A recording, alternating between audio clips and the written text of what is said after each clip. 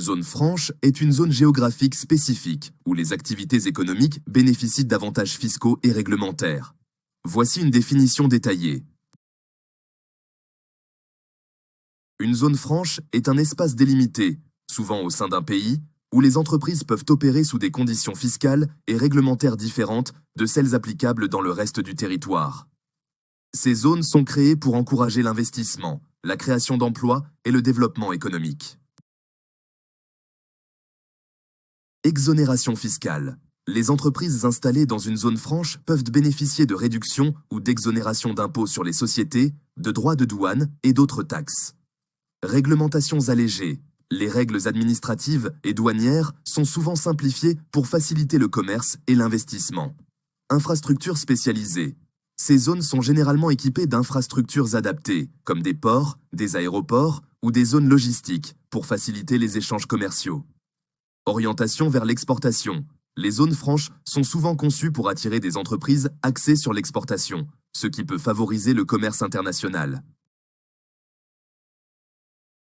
Zones de traitement, destinées à la transformation de biens importés pour réexportation, sans qu'ils soient soumis aux droits de douane habituels.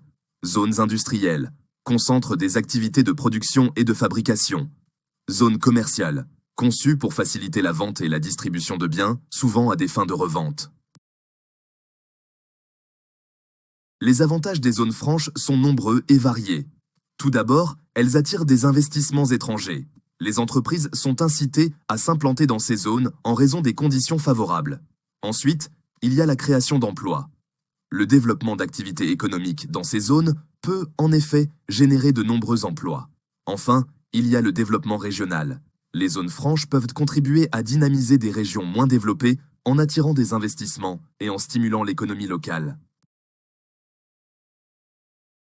Les inconvénients et critiques des zones franches ne sont pas à négliger. Certaines entreprises peuvent utiliser les zones franches pour minimiser leurs charges fiscales de manière abusive.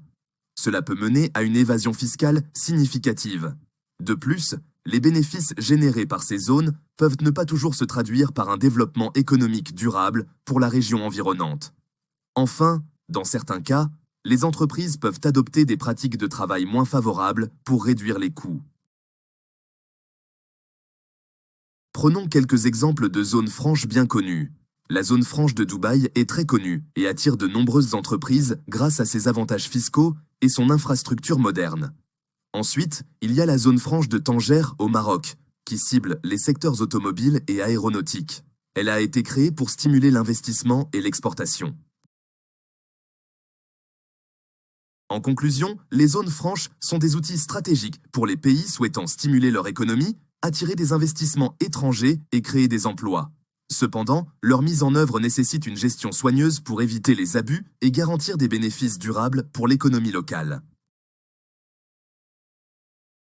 Si vous aimez cette vidéo, abonnez-vous à ma chaîne Bali SFR et laissez-moi des commentaires pour plus d'amples informations.